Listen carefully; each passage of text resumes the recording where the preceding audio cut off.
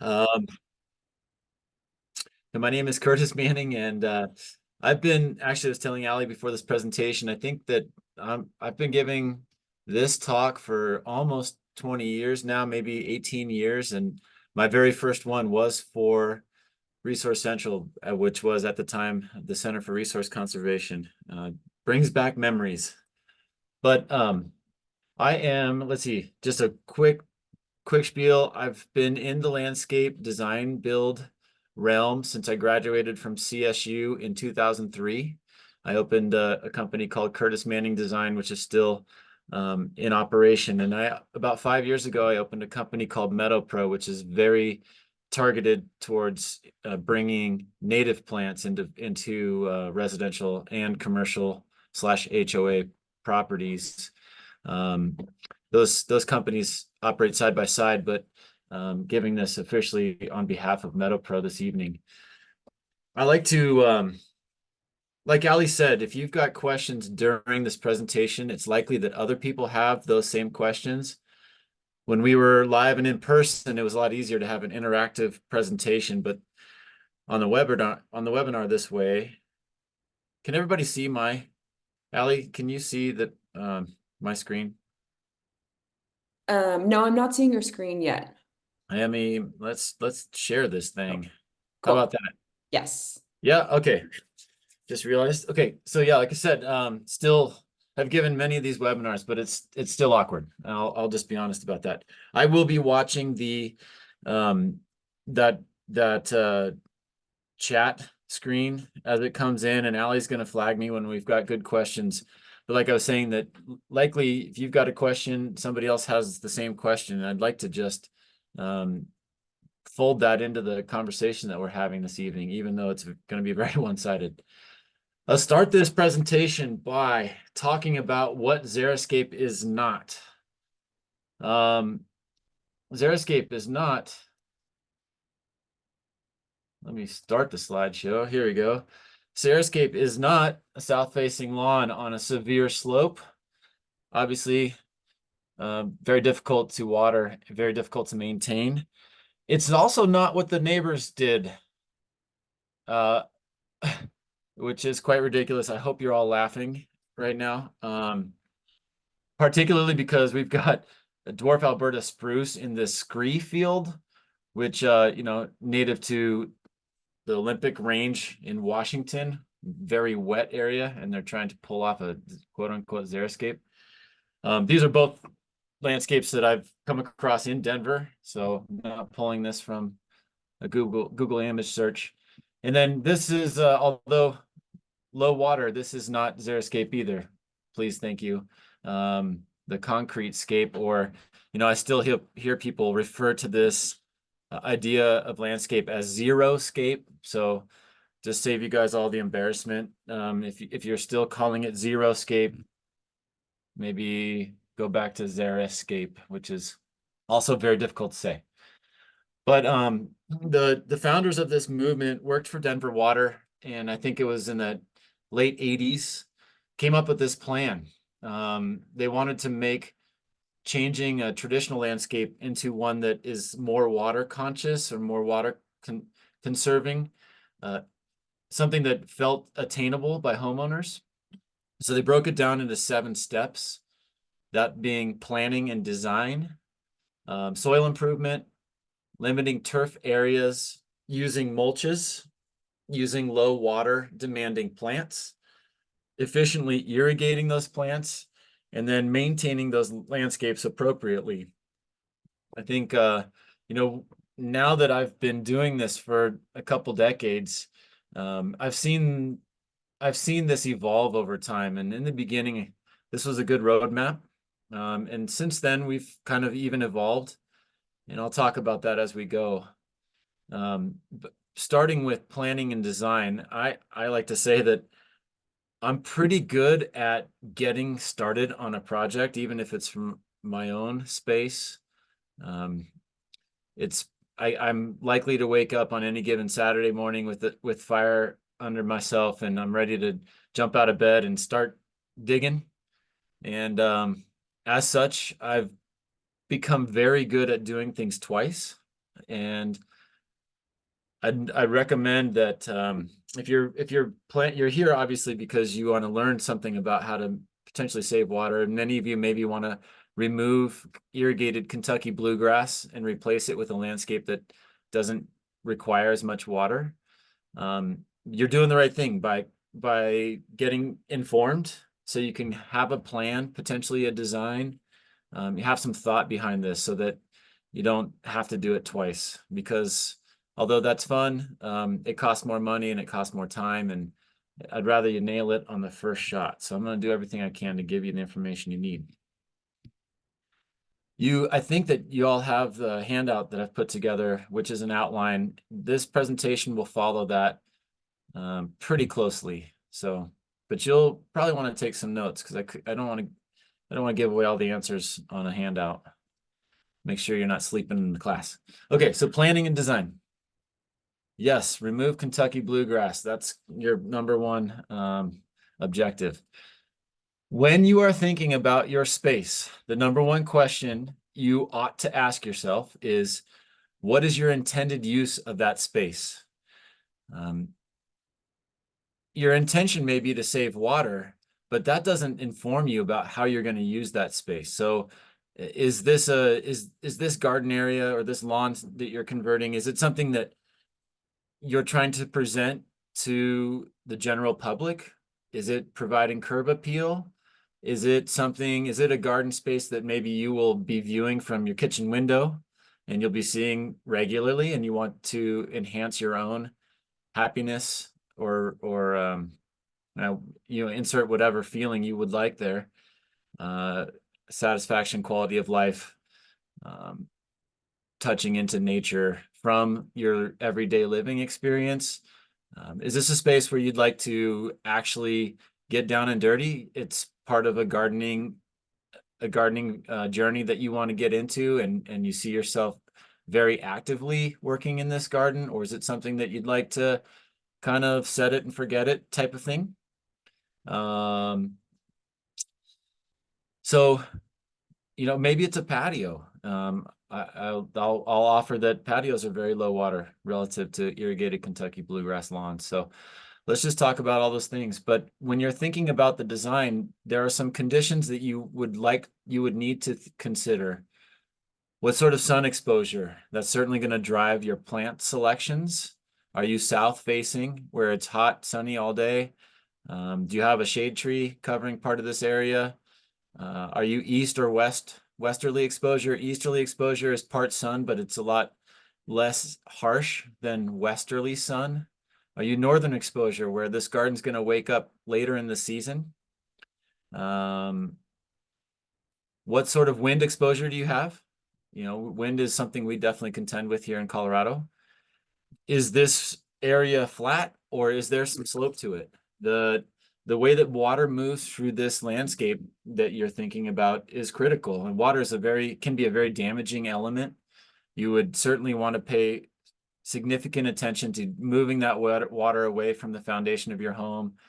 But also consider that water will always migrate to the low points in your landscape.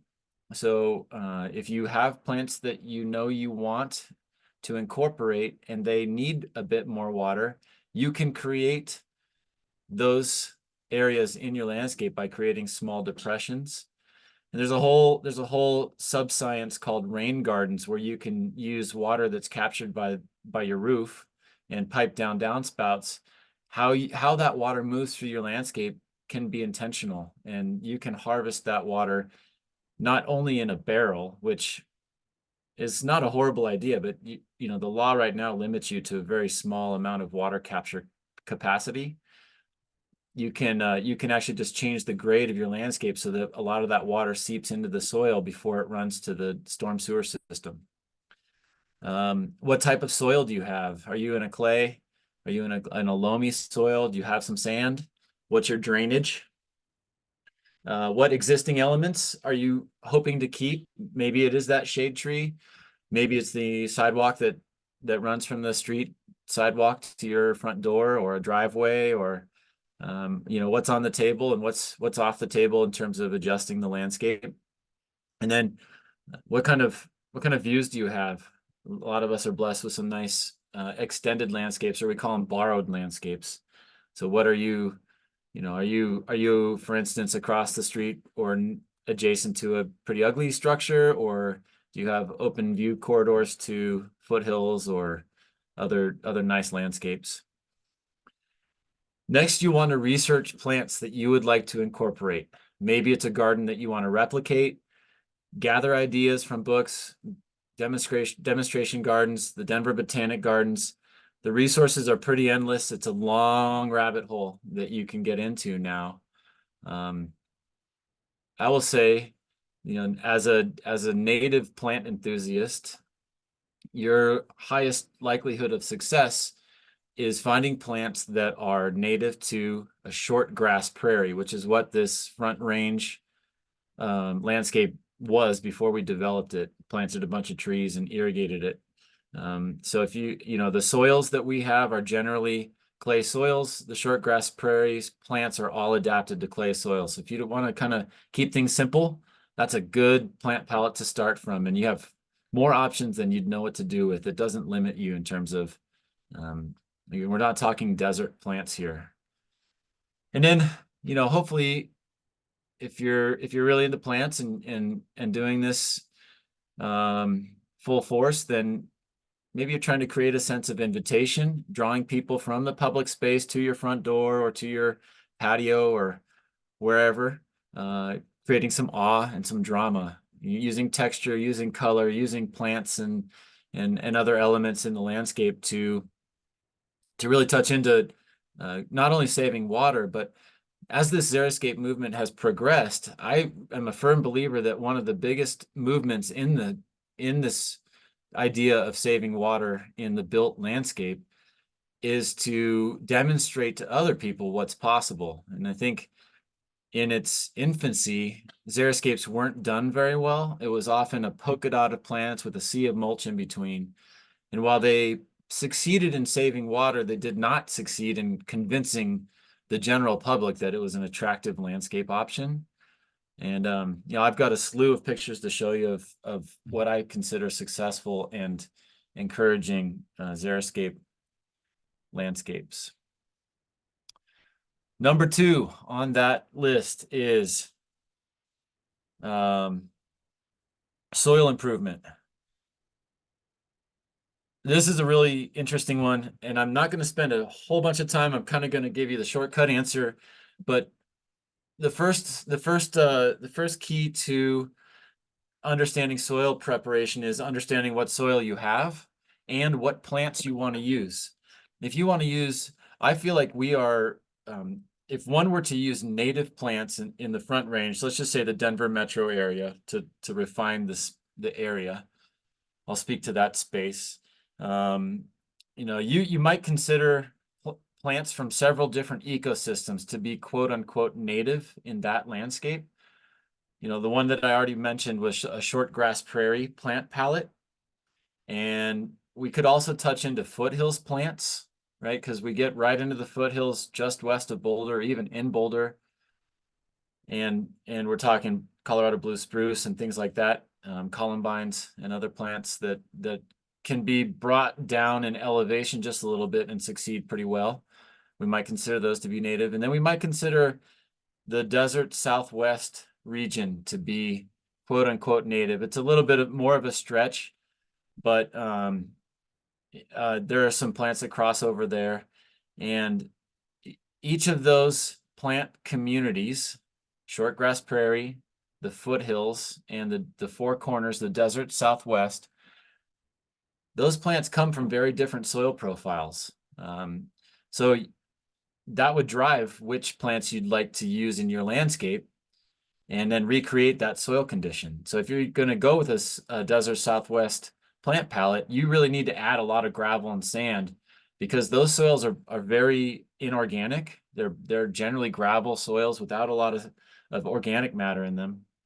And so, most of those plants tend to rot out or drown in a heavier clay soil that's often common in this area, the Denver metro area.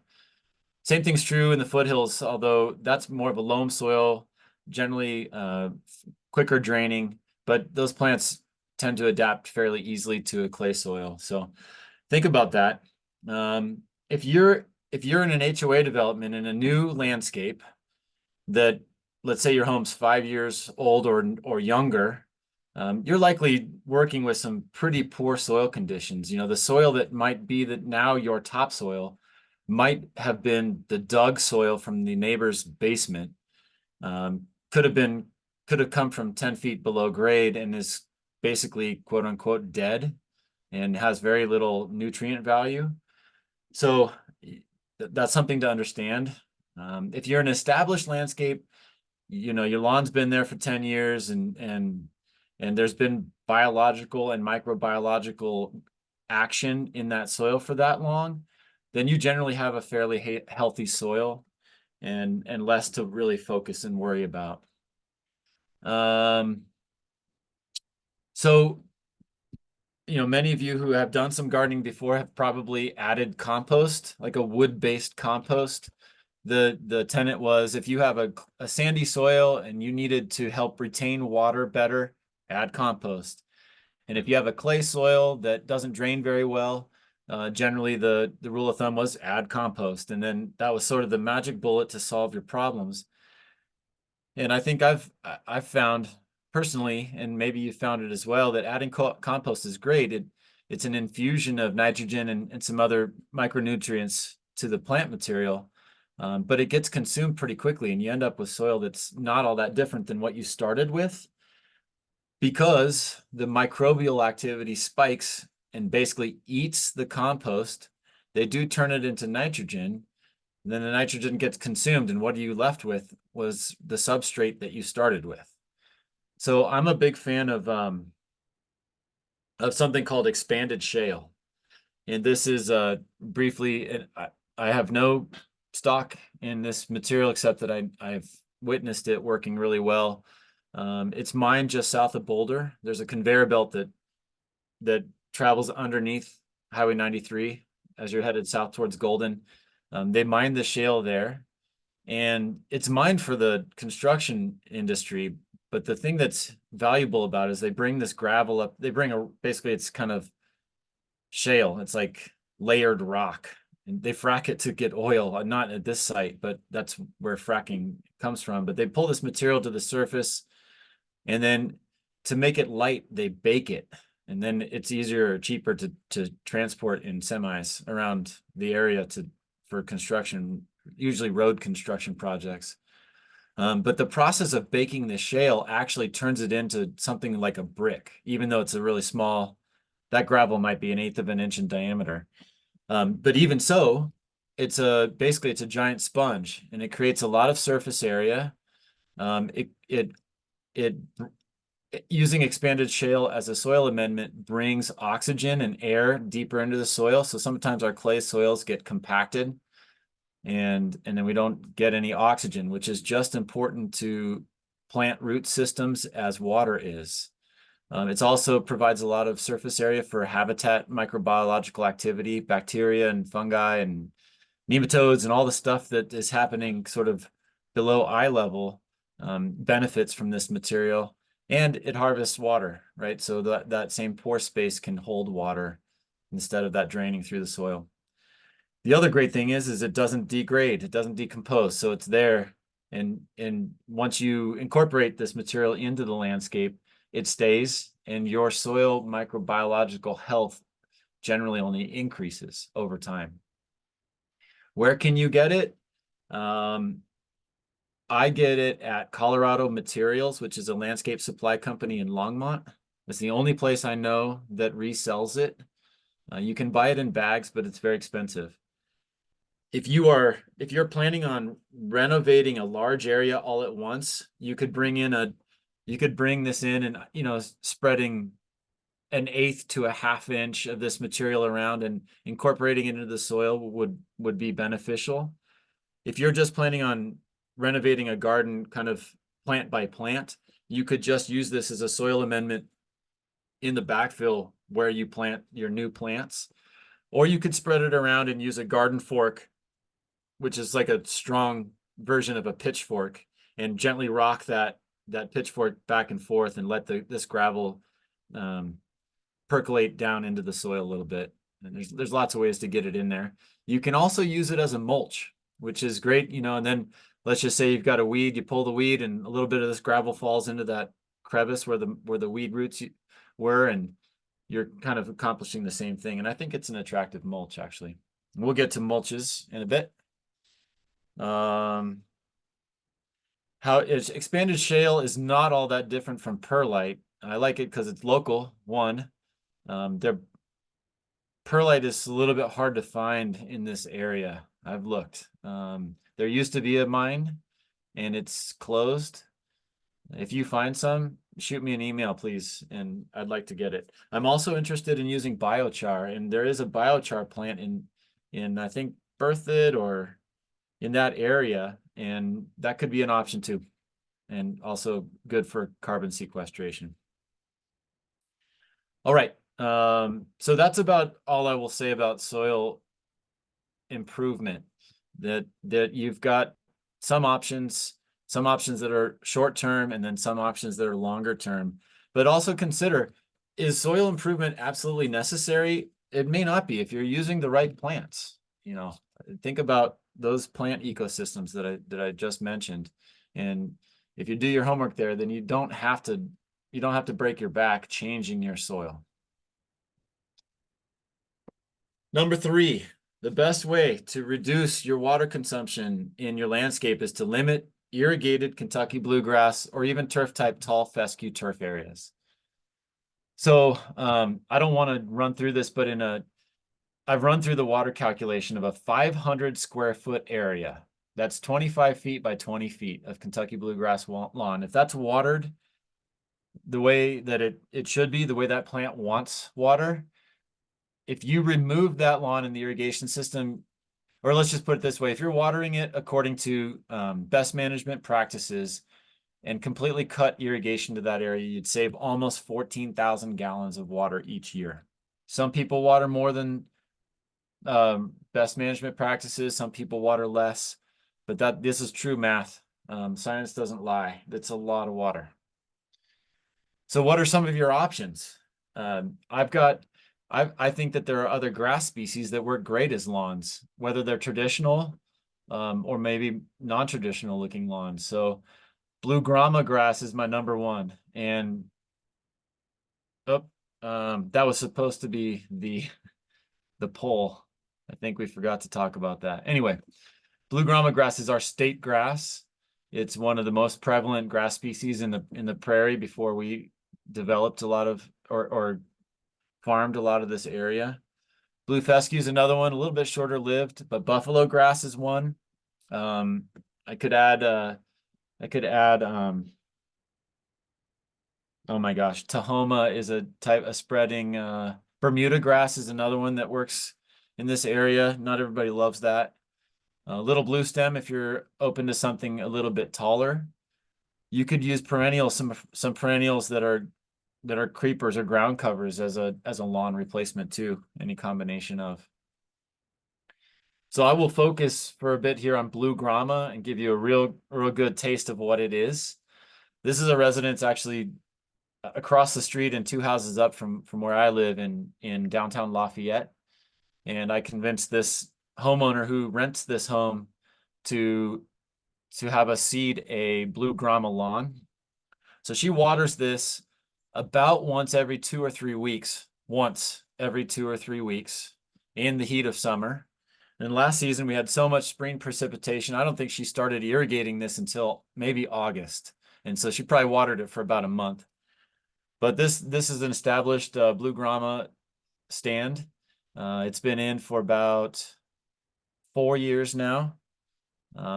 Literally, I watch people slow down as they drive by this house. So this is, and you don't have to mow it. This will get about 14 or 15 inches tall, unmown. You could mow it every day if you want. If your thing is to have a lawn that saves water, but you love mowing, you could mow this every day. This is what it looks like. She cuts it down in the wintertime. So it goes dormant in the wintertime. And this is what it looks like.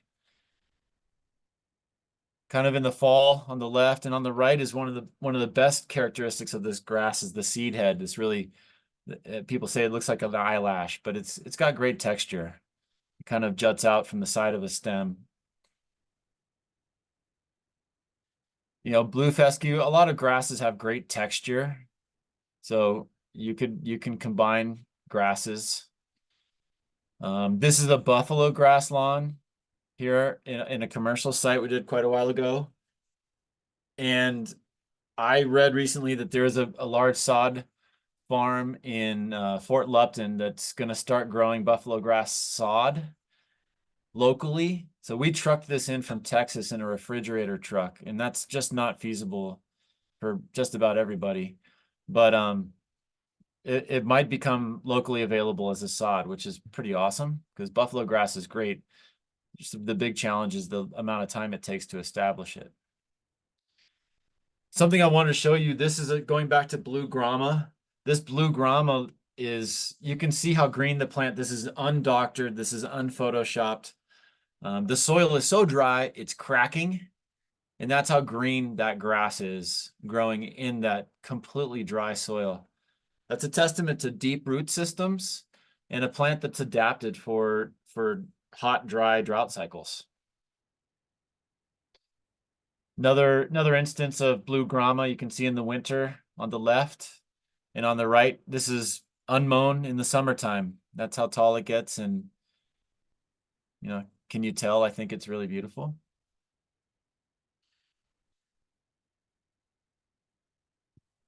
Going back, just seeing a comment, is shale like using pea gravel? Yes, it can be a lot like using pea gravel if you'd like. Although with the added benefit of all the pore space that it provides and brings down into the soil profile. Pea gravel is a chunk of granite that has absolutely zero pore space, and expanded shale acts quite differently, much more going on there. Can you use shale in a sandy soil? Absolutely. It won't help you improve drainage, but it will certainly help provide habitat for microbiological activity. Clover is the lawn. Yeah, we're back to the lawn alternatives. Clover, this comes up a lot. I don't know who's promoting that. I lived in California when I was a kid, and we went through a really serious drought cycle when I was in high school. And even growing clover out there was difficult. I have never seen a clover lawn in Colorado be successful. I just think it's too delicate of a plant. You can try, and people have. I think somebody wrote a blog post or something, or maybe there was an article in a newspaper, but somehow, somewhere, it blew up as, oh, clover's the solution to the lawn, saving water in the lawn, and I'm not sold. I wouldn't feel comfortable planting a clover lawn for any of my clients and standing behind it, but I wouldn't stop you from trying. And you know, if you have success, then learning from you. We're all in this together. Do ticks or pests reside in grama or longer grasses? Not that I know of.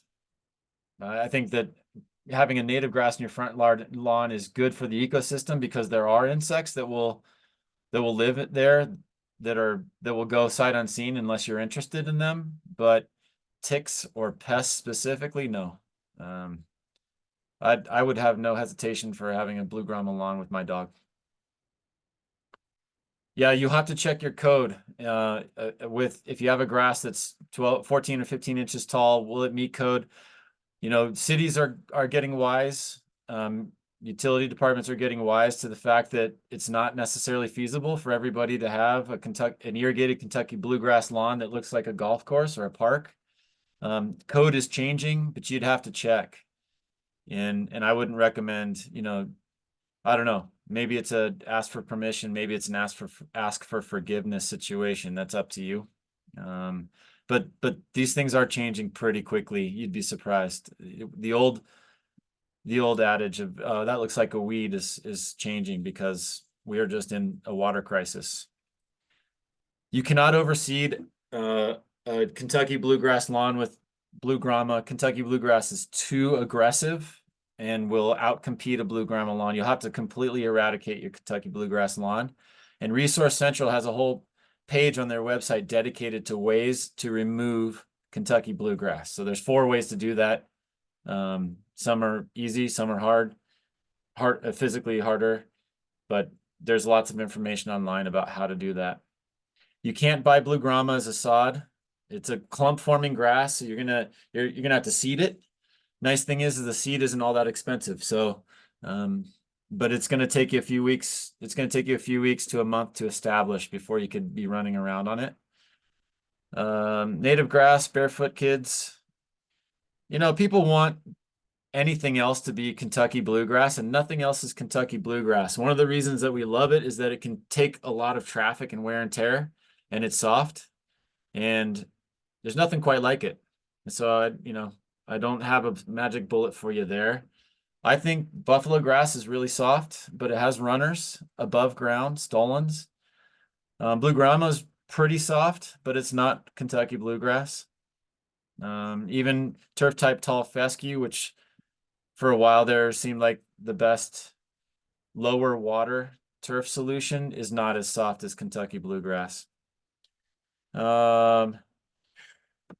Preparation for blue grama lawn, just like I explained in the soil prep portion. I will not be discussing turf removal. Like I said, there's lots of information on the Resource Central website. It takes about 3 to 5 weeks to get blue grama established. It does require warm soil temperatures, so you really wouldn't, it wouldn't be a great idea to start before, I'd say, early May. It's a warm season grass. It's going to be green between April, mid-April or so, when our soil starts to warm up into early to mid-October, and then it's dormant the rest of the season. So it's a warm season grass and requires or prefers different conditions than that of Kentucky bluegrass. But the grass information on that level is a whole nother presentation. We probably can't get too deep in that. Somebody wants to create a berm. What soil do you use? Amended topsoil is good. Some people, if you want to create a berm, cut your Kentucky bluegrass into sod, flip the sod upside down and pile it up, and then cover it with a better soil, and that will just decompose into a berm. It's a nice way to recycle the lawn that you're removing. Okay, wow, we jammed through some questions there. Back to the presentation, the slides here. This is a project I did, I don't know, 14 years ago or so. Typical Denver residents, the Denver Hill, trying to irrigate this sloped Kentucky bluegrass lawn. Nightmare. Trying to mow it, nightmare. So we seeded blue grama. This was probably a week after seeding. You can see those shoots are starting to come up very nicely. And then different part of that lawn behind the fir tree. This is what it looked like, I don't know, five weeks after seeding. And here's a better image of the close-up of that seed head. You can see the way that it catches light is magical, in my opinion. Yeah, and then I mentioned earlier, real low water option is a patio. And it doesn't have to be an expensive hardscape element. A gravel patio, still permeable, low cost, can be attractive, adds an audible component to your landscape if you like the crunchy sound. The reason I'm going so fast, guys, is I've got a lot of slides of after photos of nice low water landscapes I want to get to. So slow me down with questions if I'm going too quickly. Use of mulches. So a real quick primer on mulches. In my world, there are 2 types of mulches, organic and inorganic. So organic mulches are typically bark, shredded bark, or wood chips of various textures. And inorganic mulches might be gravel, of various sizes, including expanded shale, or chewed up tires, or recycled glass chips, or anything that doesn't decompose, right? I stick to the gravels and expanded shales of the world. So 2 Xeriscape projects, highlighting different mulches. So here's a pretty useless irrigated Kentucky bluegrass lawn. We renovated that lawn. And you can see right after planting, there's a lot of little plants and a lot of wood mulch. We use a really I like fine textured wood mulches. They don't blow as much. They're less expensive than the shredded cedar type mulches, and they can often be locally sourced. So there's quite a few advantages there. And I like the fine texture as opposed to the larger pieces. The nice thing about this landscape is that was 1 year later, that exact same landscape, providing so much texture, so much floral impact, and there's that sense of mystery and awe. You know, where does this path lead? Oh, look at this little ornament in the garden. The bubbling rock water feature drawing you into that space. I know, water feature, but give me a break. Another retrofit renovation project. You know, this is somebody made a lot of money selling junipers in the 60s, 50s and 60s into the 70s. So we've taken out many junipers. And then we used crushed sandstone or gravel here. You can see lots of tiny little plants. It looks pretty rough, but literally 2 months later, this is the landscape. And truth be told, if you ask me my preference on mulch type, I like gravel mulches more. I think that they're better for the soil. Sometimes wood mulches retain too much water, especially with our clay soils, and reduce breathability. Also think about if we get a really light rain, oftentimes a wood mulch will steal that rain and won't even get into the soil, right? Whereas a gravel mulch will let that water actually reach the soil. The name of the fine wood mulch, boy, okay. There's a company called Save a Tree, and they're located, they've over time bought out a lot of different tree companies. They bought out a tree company called oh shoot, I can't even remember now.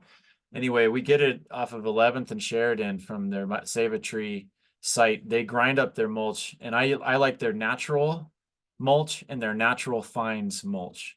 And I always use undyed. You know, they'll dye it for you and make it unnatural looking. But those two textures I think are nice. I've had great performance on windy sites with those. And it's half the cost, if not less than half the cost of a shredded cedar mulch or something that gets brought in on a train from out of state. So yeah, a little close up there. When it comes to gravel, I'm also a fan of finer textured gravels. Anything larger than 3/4 of an inch to me looks chunky and obtuse, I guess, to use I don't know. So 3/8 of an inch I think is a real nice size. Okay. What is upkeep for gardens like that 1 year later? Kat, hold on to that thought. I'll get to that in a minute because I've got some strategy and some philosophy around that. And Lynn asks, how about pine needles for mulch? It's sold in bags in Georgia. Yeah, that's because there's a lot of pine needle drop in Georgia, but here it's harder to harvest. It is a great mulch. No, it won't acidify your soil. It would take decades, centuries for that soil profile to change to an acidic. So I know there's a lot of like, oh, well, if you have a pine tree, your soil under the pine tree is acidic, and I really don't buy it. I've not seen that. So pine needles are a great mulch if you can harvest the pine needles yourself. They're not commercially available in this area. How thick should gravel be? An inch or so is good. And we stay away from landscape fabric in any and almost all landscape applications now. I find that that's often a question that comes hand in hand with mulches. I find that landscape fabric in the long run makes more work than less. It's effective and helpful for a year or two, maybe 3. And then you get soil deposition on top of that fabric in between the gravel. And then you have a seed bed site that's perfect for weed seed to germinate. And you haven't done a dang thing. You've only made it harder. Plus you're prohibiting oxygen exchange in and out of the soil and possibly even water exchange into the soil from rainfall. And you also then end up with a a polka dotted garden, not allowing your plants to spread or move around. Irrigating, drip irrigating either above landscape fabric or below it is a nightmare. And the whole industry is moving away from it. The only situation where I might use some landscape fabric is in a shrub border on the side of a house where we're really not going to be doing any gardening. We have some plants that we'll be keeping there for the long term, and they're bigger, more robust things. That'd be the only situation where I would use landscape fabric, or maybe between raised vegetable garden beds or something along those lines. Best gravel mulch that's kind of bare feet, like a 3/8 inch chip wouldn't be too bad. My feet are real fragile, so I don't know if there's any gravels that my feet would like. But pea gravel is like a bunch of marbles, so not good on a hillside, but it's it's kinder on the feet. But anything that's 3/8 of an inch or finer in terms of a gravel would be pretty kind on your feet, I think. Okay, using low water demanding plants. This goes hand in hand with removing your high water demanding plant, which is Kentucky bluegrass. So I showed you these before. Sorry, I didn't mean to duplicate those slides in the presentation. So this is a design. I'm gonna just take you through a couple projects to show you what low water demanding plants can look like in a landscape, and talk about our philosophy when it comes to maintenance and when it comes to a healthy ecosystem. So you can see in this drawing, the residence is here. They're on a corner lot, so a lot of landscape here. There's a tree lawn that's very long, city sidewalk, driveway, and then a front yard and side yard. And we've drawn basically a circle for every plant at its near mature size. And you'll notice how little space there is between plants. So this gets back to the maintenance question that you had, Kat, that my philosophy is if you plant plants so that there's no room in between them, then there's no room for a weed. And you're really only going to have to manage weeds very early in the season as plants kind of grow in, and then and that's it. So, and as time goes on, the root systems, especially if you use native plants, will be so robust and so extensive that there's not even a lot of nutrients left for those weeds. You're gonna find that native plants outcompete almost all weeds. I've even had success outcompeting bindweed, which is probably the most pernicious weed we've got. You can see we have a plant list here. It's not legible here, with a 3-letter key in every one of these groupings of plants, and we've got drifts or swaths of plants. So it's not a polka dot, one plant here, one plant there, one plant there. It's 8 or 9 of them in a group here, next to 8 or 9 of them, and 7 over here, and 12 of them here. There's some design theory behind all that that's probably beyond the scope of this class, but that's a good strategy. And I will say that, I'll hold that thought. So, okay, here we go. This is what this garden looks like just after planting. Maybe a couple weeks, because we have some of the plants really starting to get established. But there's a lot of bare soil here. This is during that project. Kind of more of a stepped back view. We already have things coming into bloom. Prairie zinnia and some helianthus. Some non-native Delosperma here. We are harvesting water as it comes down this downspout. So we're using plants that want a little bit more water between where that downspout daylights and the city sidewalk. A little bit of a different view, different textures. I don't know what else to say. It's a different aesthetic. This is definitely not a traditional landscape. And then, a couple weeks later, we're getting fuller, we're getting thicker. We got yarrow that's starting to really show up. A native yarrow in the background. The HOA required a tree, so we put a pinyon pine here. They required an evergreen, so we put a pinyon pine, which is not a giant Austrian pine or Colorado blue spruce. It's not going to completely dominate this landscape in 10 years. Got some penstemons that are starting to really show up nicely. note this penstemon with this kind of pink, coral pink flower. It's going to show up later in a few slides here. Texture, Zauschneria or hummingbird trumpet or hummingbird mint. That Delosperma or ice plant still going really nicely. There's that pink flowering penstemon, yarrow, prairie dropseed grass, different grasses, some gay feather, liatris. There's that penstemon. That's a single plant that just really ended up being the exclamation point in this landscape. The tree lawn, we use some more hardier, more robust plantings here. And then on the other side of the driveway, again, kind of more robust, less intricate plantings here. But again, everybody can see how dense these plantings are.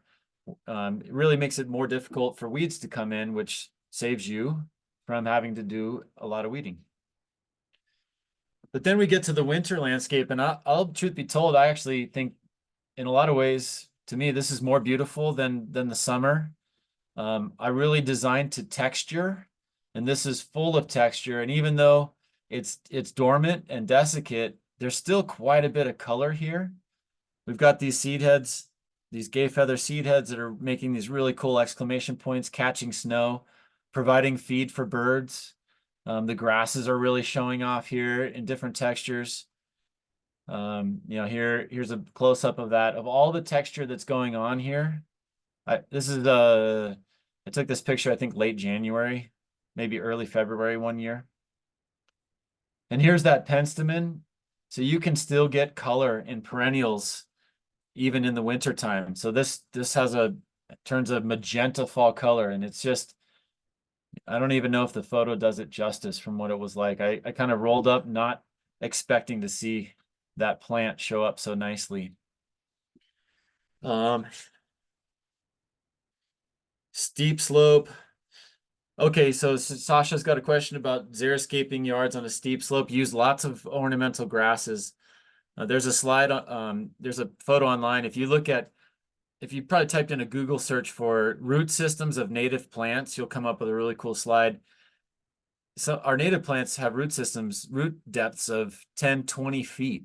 And that's what'll stabilize your slope. And ornamental grasses or our native grasses are your best options to hold in soil without building a bunch of walls. Yes, we will talk about irrigation, but this landscape I just showed you, it is irrigated. I'll show you how when we get to the irrigation portion of this presentation.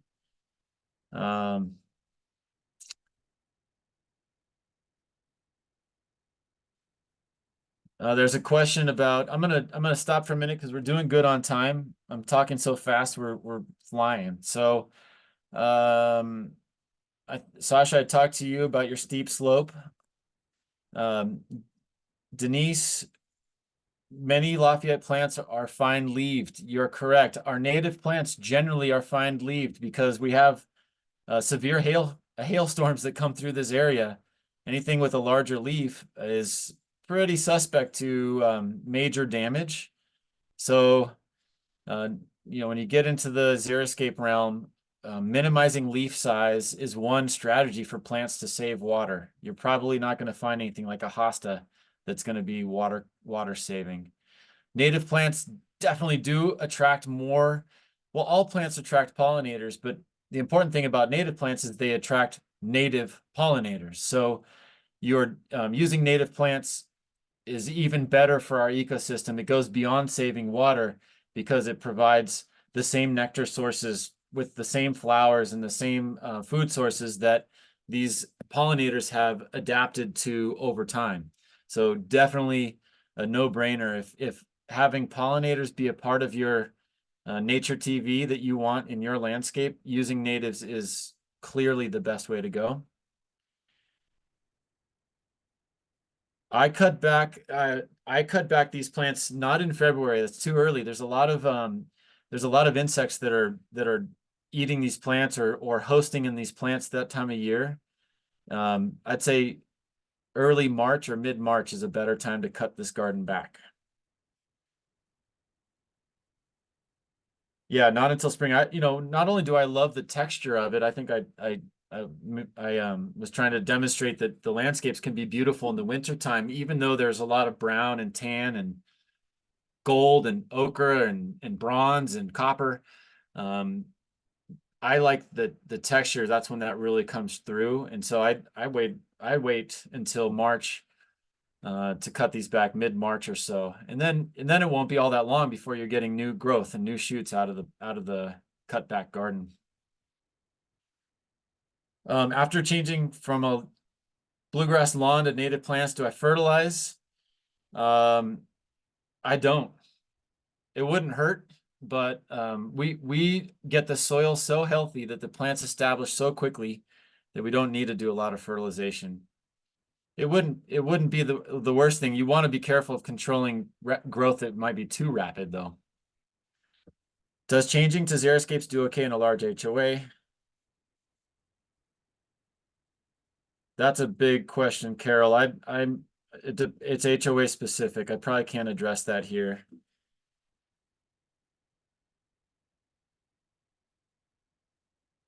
Um, okay, let me keep moving on. There are some other questions, and I'll get to the balance of them if there's time at the end, because some of them are a bit specific. Here's another design that we did. A very long front yard, brand new home on from an empty site. So the soil conditions here were pretty bad. A lot of construction materials, trucks, trailers, tractors, oil drips, a lot of compaction, a lot of not caring by the contractor about any of this earth, which is normal. And we've come in and we've created 3 berms here. You can see in the background over here, and then in the midground. They help provide a sense of entry along this path where you get an option to go to the front door or to the side yard. These berms are seeded with blue grama, and then big areas of xeriscape perennials. They're not all natives in this landscape, in between and around these berms. This is a big yard. So all planted. Hard to tell that we really did anything at all. There's a lot of wood mulch here. Seeds have not germinated on these berms. Looks like a whole lot of nothing. You can see this is laying out plants, getting them to the right place before we dig them in the ground. It's hot right now. We're trying to go fast because, we've got all these little plants in the heat of summer. This is a good slide to recall when we get to the irrigation portion, but this is what we call point source drip irrigation. So we've got a drip tube. You can see at the bottom of the slide are all these little blue drip emitters that get punched into the drip tube. And then distribution tubing goes to each individual plant. This is one way to efficiently irrigate this garden. It's got pros and cons. The pros are we're only putting water right where the plant is located. That's a good water conservation strategy. The cons is you have a lot of these little drip tubes going everywhere, and I'm going to show you an alternate option when it comes to that. But this is this garden now. That is a sense of entry and awe, and demonstrates to the neighbors and the general public what you can do. They use less water in this garden than almost every traditional landscape I could think of. This is one of those berms with the blue grama seeded on it.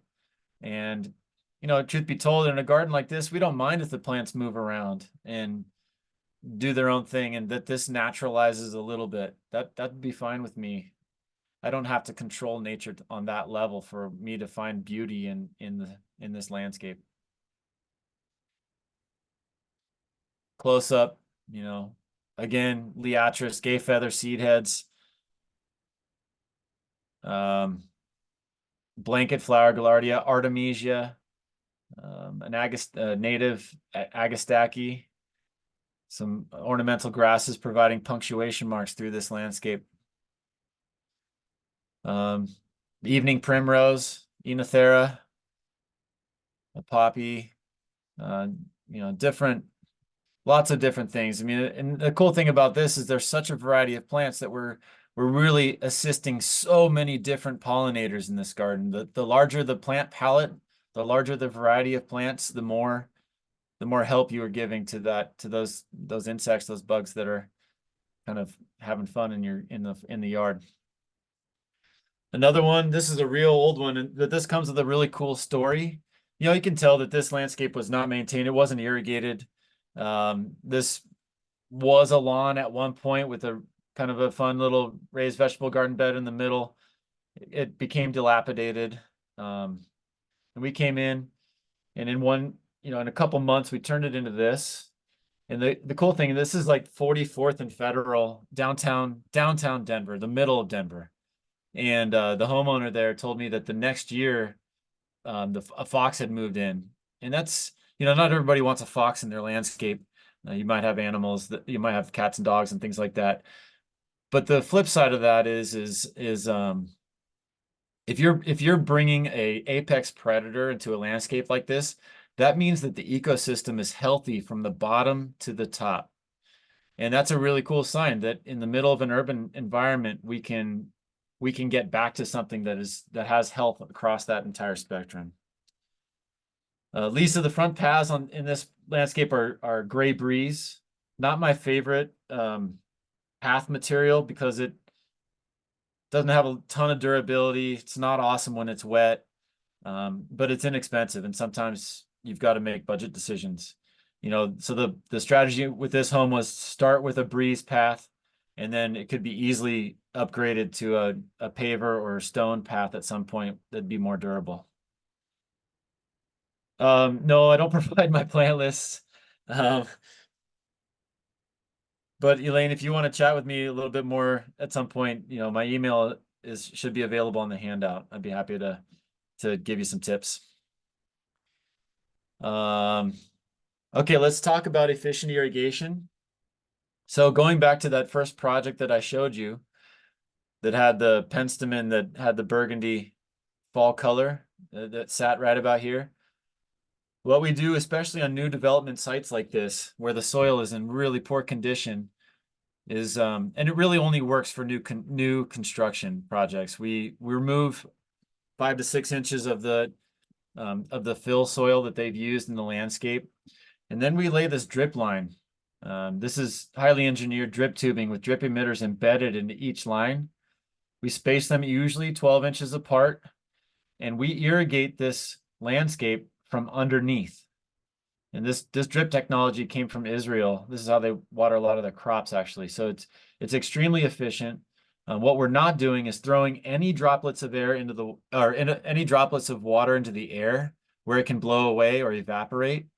So where a traditional sprinkler system might have a 60, maybe a 70% efficiency rate if you're really efficient, we're at a 95 to 100% efficiency rate on this. So we're really wasting zero water, and we're encouraging deep root growth right from the get-go.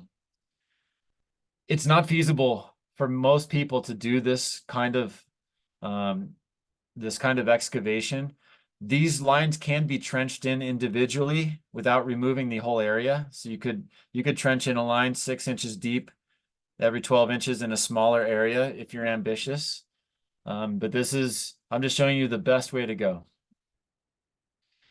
Or you can do point source drip irrigation like I showed you, where you've got a drip tube that navigates through a garden and then has drip emitters and distribution tubing spurring off of that to each plant. I like to use this slide because I do not like putting the drip line through the middle of the garden.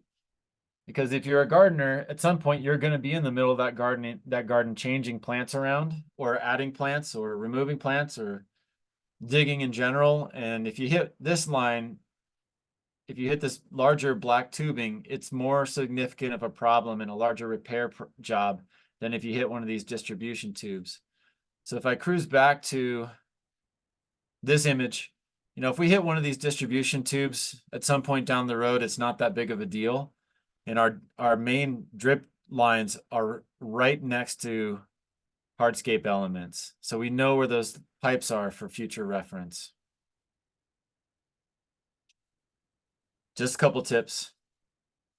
And then appropriate maintenance. So again, your landscape can save water, but as a group and as a community, everybody's landscape could save a lot of water. And doing these projects well and having them show well goes a long way to helping demonstrate what's possible away from a traditional landscape that's, sodded Kentucky bluegrass with sprinklers that throw water all over the place in a really inefficient way. I did want to touch on some special situations, and then we can answer some questions. Design style. I showed you some projects that I've done, and I'm going to show you some more. But I find that the most successful designs find harmony between the architecture of the home and the landscape. So it's not always appropriate to have a kidney bean, organic, naturalistic landscape. Sometimes the space is too small to really pull that off, in my opinion. It's okay to have straight lines. Lots of our houses have straight lines, and it's okay to bring those elements into the landscape. We'll talk about tree lawn areas because that's a special situation, and we'll talk about winter interest. So design style. Here's another residence in downtown Denver, 41st and Perry. Pretty gross. Irrigated Kentucky bluegrass, the concrete wall, AstroTurf on the porch, pretty classic. And this is the rework of that space, and it's very formal, and yet the plants bring all the softness back into it. So don't be afraid of formality in a design. There's a residence in Boulder that we did. The house got renovated, and Frank Lloyd style kind of architecture. And so we brought in a lot of those clean lines, just a real straight, simple, clean line, straight path to the front door, pulling color accents into the landscape. And then, the icing on it all always is the plantings, making it look nice. Even small beds make a difference. Whoops. Sorry, guys. I was flipping slides around right before this presentation. I didn't mean to duplicate those also. But small spaces. So we've done a series of townhouse spaces where these backyards are no bigger than a postage stamp. And, we can still, with good design, find space for a small deck, a small patio, a stepping stone path to the alley where the garage is, and then fill it with low water native plants. They get in a sea of concrete that is a townhouse development. These guys get a lot of wildlife action, a lot of pollinators, butterflies, hummingbirds. If you build it, they will come. I promise. A couple others. This is catty corner to that previous landscape I showed you. Again, this is expanded shale as a mulch. If you want to see a gravel mulch again, but ground covers native Colorado plants in this landscape. And then tree lawns. You've got a really awkward space between the street and the sidewalk, but here's one in Denver that we filled with native plants. Disregard the mullein. This came with a different plant, and I should have pulled it before I took this picture, but Gaillardia, penstemon, evening primrose, blue flax, buffalo grass is a filler between plants, blue grama, and it's absolutely stunning. And this isn't a project of mine, but I was in the Cherry Creek area, and a bit of a funny story. I was driving around. I think I was on my way to a meeting or back from a meeting in that area, and I kind of turned my head real quick to see this landscape, and I thought, wow, that's so unique and so different. The tree lawns in this neighborhood are quite large, and I pulled over, and I said, I've got to take pictures of this thing, and I'm scoping it out and walking up and down the sidewalk and looking at the plants. And I'm standing there, and this gentleman walks by, and he says, "Can you believe that?" He was disgusted by this, and I was like, I just kind of kept my mouth shut because I just think it was really, really well done. The textures, clear circulation through this space, all these sedums, all these dianthus pincushions, lamb's ear, all these really tough, hardy rock garden plants filling these crevices between stones. This thing takes almost no water and is, in my opinion, a whole lot better than this and a whole lot better than this, by a long stretch. Well, I include this. This is a photograph, I think, of from David Winger, who's kind of a famous, I know he might be retired now, but he's a landscape photographer in the area. You can tell how old the photo is. It's pretty grainy, but it demonstrates to me that this is clearly a residence. This is clearly a project done by the homeowners, and it to me is clearly done in steps, in phases. I think it's pretty likely that this whole front yard and this tree lawn was irrigated Kentucky bluegrass at one point. And I think that what they've done is taken space by space and started to renovate it, chip away at the lawn. Now there's just a finger of lawn that runs through this front yard. Beautiful plantings on both sides. It is a testament to good design, because I doubt they did all of this work in 1 year. I'll bet you it's a piece by piece project, and a good design means that when you kind of get towards the end of that progression of projects, you'll have something that's cohesive. So I would steer you towards thinking about the big picture project before tackling, weekend warrior style, one space at a time. I wouldn't just jump out there and start doing something without thinking about the overall goal and the overall look. And then along the lines of that, I used to have a different slide in here too that illustrated that gardens, I think people get very fixated on flower color. It's natural. You go to the garden center and you're certainly more drawn to the things that are in bloom. But be careful if you do that, because if you go only one time or one season out of the year, then your landscape will only be in bloom that one part of the year. But more importantly, I would recommend focusing on things. Flowers on perennials in Colorado are pretty short-lived. If you get 3 weeks of bloom out of a plant, that's considered a long blooming plant.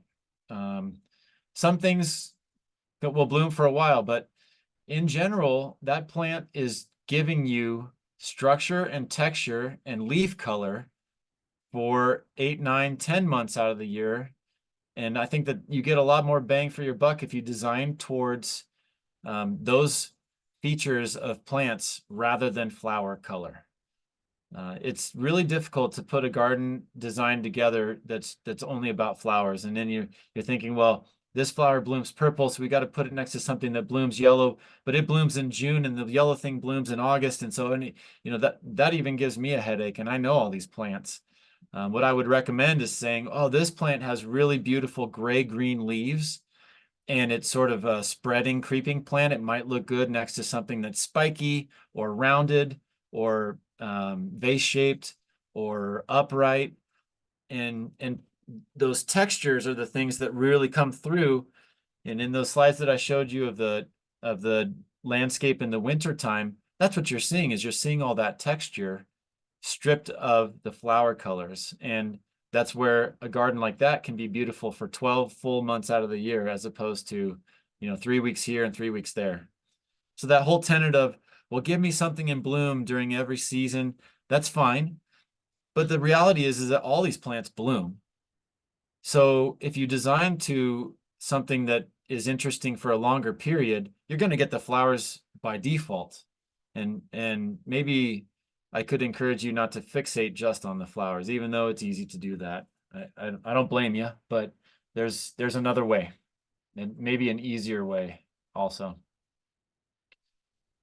So late season interest, our grasses go a long way in providing interest through the winter time. They do have fall color. Some are golden like this, and some are russet, even scarlet. Seed heads on plants is another thing to focus on. So we've got, in the left side here, we've got yarrow. That's got a umbel flower that sits flat. Even when it's desiccate, it turns brown, but snow will land on that. And to me, it's gorgeous when that happens. And birds will sit on it and peck the seeds out and feed themselves through the wintertime. The black seed heads of Rudbeckia or Echinacea, just that black exclamation point in the wintertime is beautiful. And there are broadleaf evergreens. So there are penstemons that keep their leaves in the wintertime. Like I showed you, that scarlet one, that purple one that we saw. There are plants that don't drop their leaves and turn brown, and you can find those and use those in the design. In the fall, like this lamb's ear, although it's an aggressive, pretty aggressive spreading plant, it's got this great fuzzy gray-green leaf. If you're into gardening and are willing to keep up with that plant, it provides a lot of interest without the flower. This is a landscape that I shot in Grand Junction, I believe, and I just thought it was beautiful. It's the middle of winter. Yeah, this is a Russian sage. Do we need more Russian sage? Probably not. But the other artemisias, the other sages here are beautiful. Even the brown seed heads, the grasses. I think it's attractive. So just maybe get beyond thinking that our winter landscapes are ugly. So with that, I think we have about 15 minutes for questions. Boy, we nailed that on timing. Let me look at these questions and answer them. So Andrew had a question. He's in Westminster, house built in 1978, no HOA. Removed all the grass, seems like somewhat fine soil. Thinking xeriscaping the front yard, faces south, very little sun, or very little slope. Yeah, you're in a full sun situation there. It sounds like if you don't have any mature trees providing shade from their canopy, then yeah, that'd be full sun for sure. Xeriscape would be a no-brainer for you, Andrew. Kind of similar to what we had here. Kathy asks, what kind of drip tape do I use? I use Netafim. I use Techline. I recommend Techline CV 12-inch emitter spacing at either 0.4 or 0.6 gallon an hour emitter rates. And those emitters are embedded in the tubing. And the tubing is about 1/2 inch in diameter. Netafim, it's a 17 millimeter drip tube. So to restate that, 17 millimeter Netafim Techline CV, 12-inch spacing, and either 0.4 or 0.6 gallons an hour on the emitters. Is an irrigation system necessary for, say, 200, 300 square feet? Can I use a normal sprinkler system? That's a good question, Andrew. Normal sprinkler system. So you got pop-up sprinkler heads. Anything you plant in front of those pop-up sprinkler heads is going to block the water to the rest of the garden. So we really don't recommend using a normal sprinkler system on a perennial garden like this. Kat asks, how can you tell when they are clear when you blow the lines out for winter so they don't crack? How can you tell if they burst during the winter? Okay. It's pretty easy to push the water out of the emitters in this drip tubing. And you'll know if they have cracked. I haven't had one crack, and I've been putting them in for about 15 years. So the winterization is probably easier than a traditional sprinkler system, but you'll know if there is a line that's burst because you'll get a puddle where that break in the line is. I've had that happen where people put political signs with little stakes into the ground, and they'll inadvertently hit them. Or I've had tree companies deep root water and fertilize trees, and they'll sometimes go through them. Can you use a soaker hose for drip line? I really don't recommend it. Your water distribution is very ununiform with a soaker hose, and they degrade over time. So it's not a good hack. Are there any plants that don't require irrigation? Yeah, there are millions of plants that don't require irrigation. Irrigation is a bit of an insurance policy. If you want to hand water instead, that'd be great. But there's nothing that, unless you timed it perfectly, we answer a lot of these questions by thinking about what happens in nature. So what happens in nature when these plants grow?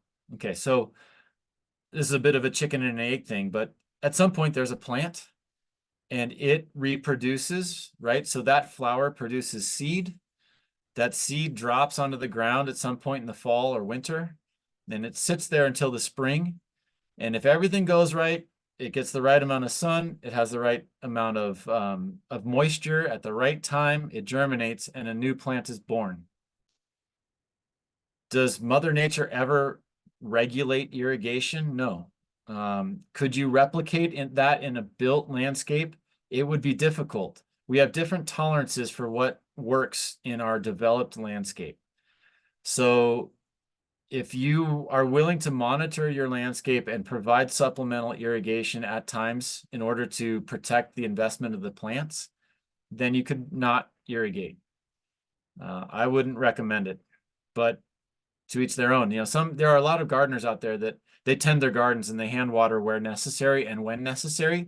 And that's great. If that's you, then yes, you wouldn't need an irrigation system.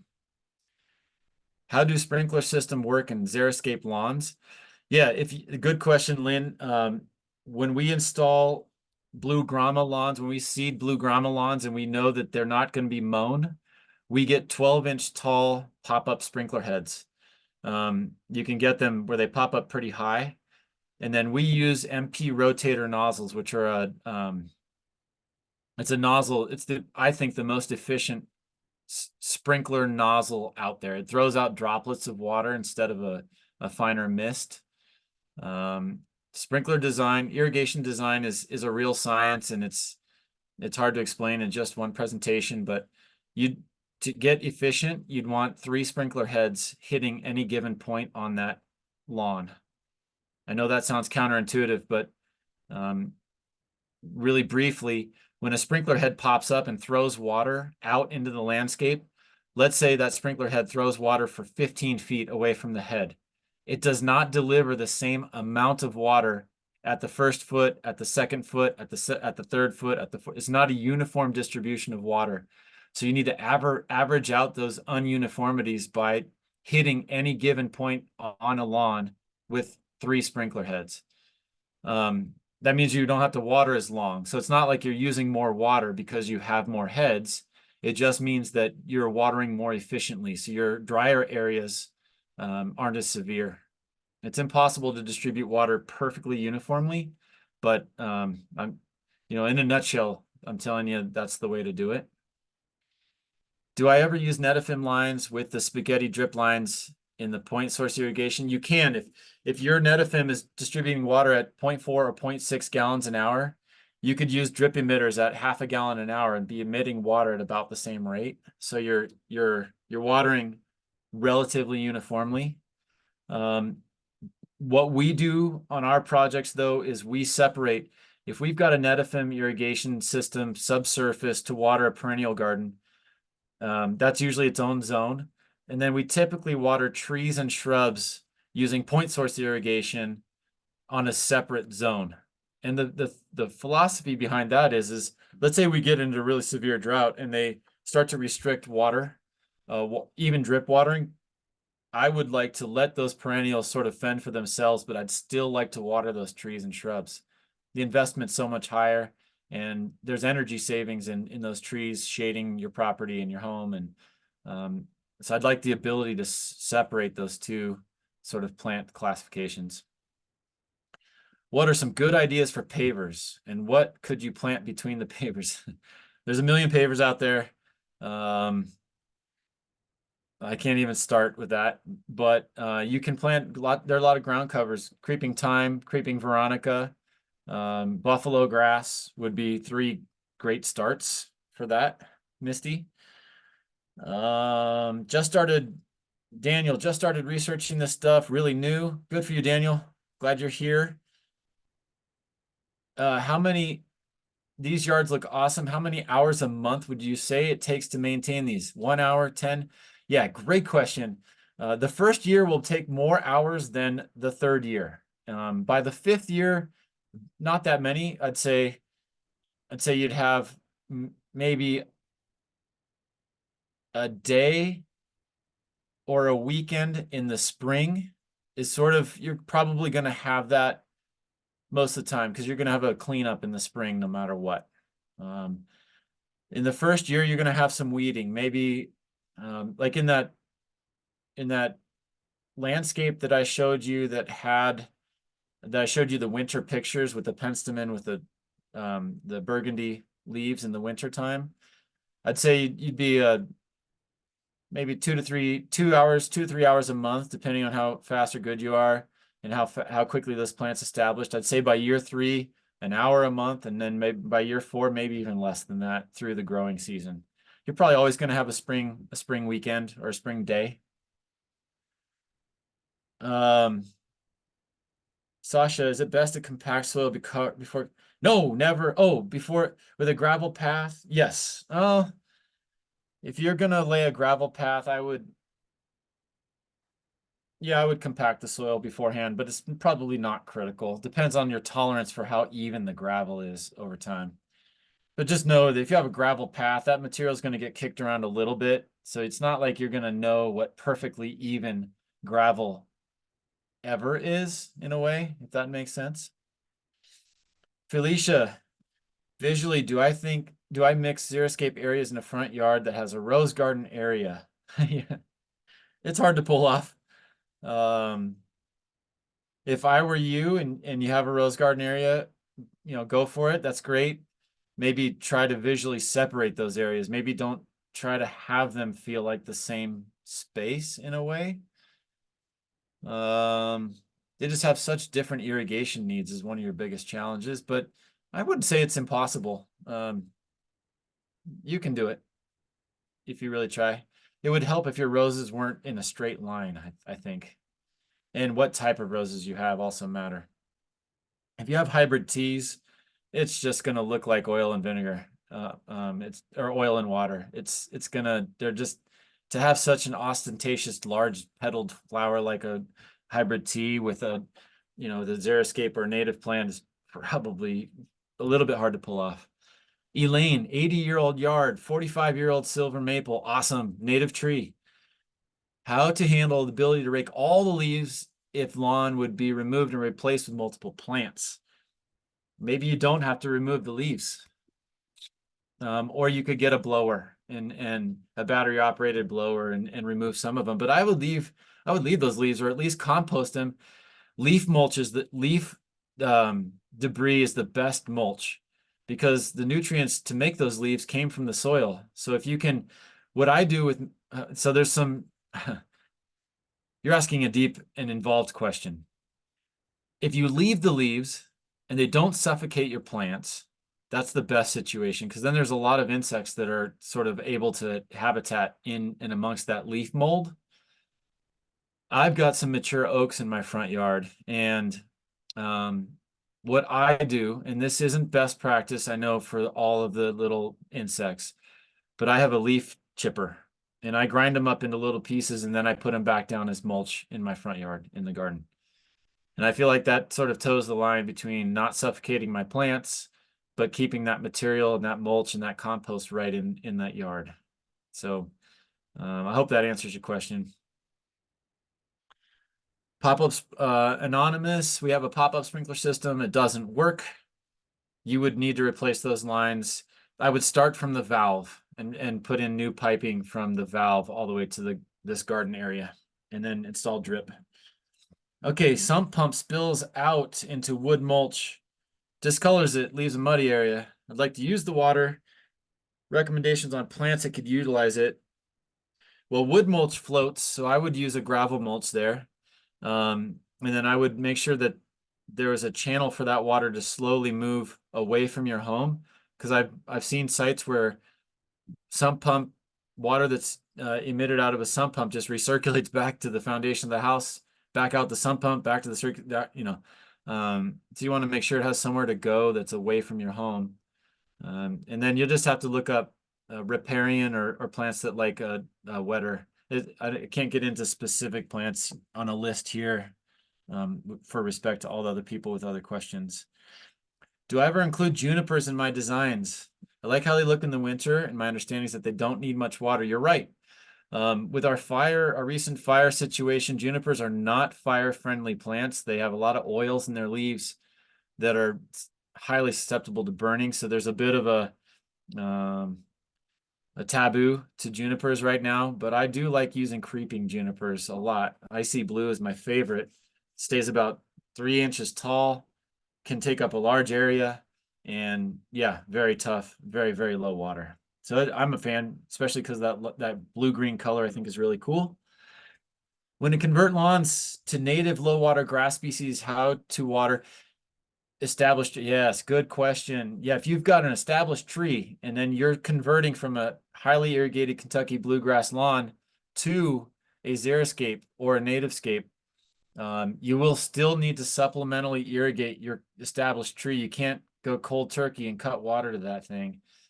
So, I've even installed drip lines around the or near the drip line of the tree or the extent of the canopy of the tree, and just dedicated that drip line to watering that tree, and not really considered that water to be used by any of the additional plantings that went in there. The tree will adapt, but it's best not to go cold turkey. If it's a really mature tree, the roots probably go under the street all over the place, and it's accessing more water than you think, but it's still a very important thing to consider. Kudos, Connie. Tracy, I put a xeriscape in for sun perennials last summer. Next door neighbor who's now planning to plant a large shade tree on her side of the house. Yeah, so the question is, we've got some sun-loving plants that will be coming into some shade at some point in the next few years. Tracy, you'll probably need to move those plants to keep them in a sunny location. They'll likely live. They probably won't perform as well as they would if they got the conditions that I would like ideally. So if you can move them, that would be great, and then move into some partial sun things as that shade comes in would be my best recommendation. Wish your neighbor would have respected your garden a little bit, but this is how things go. But thanks for all the questions, you guys. And my information is out there on the handout right here on this slide. And if you need more help, please reach out. Yeah, awesome. Thank you so much, Curtis. Yeah, and thanks everyone for attending. We'll be following up tomorrow with an email with that handout and a link to the survey as well, in addition to some other resources that we have from Resource Central. But if you have any questions for us as well, our information's on that will be on that email and also on our website. So thanks so much, Curtis. That was awesome. And I hope everyone has a great night. Thanks so much for coming.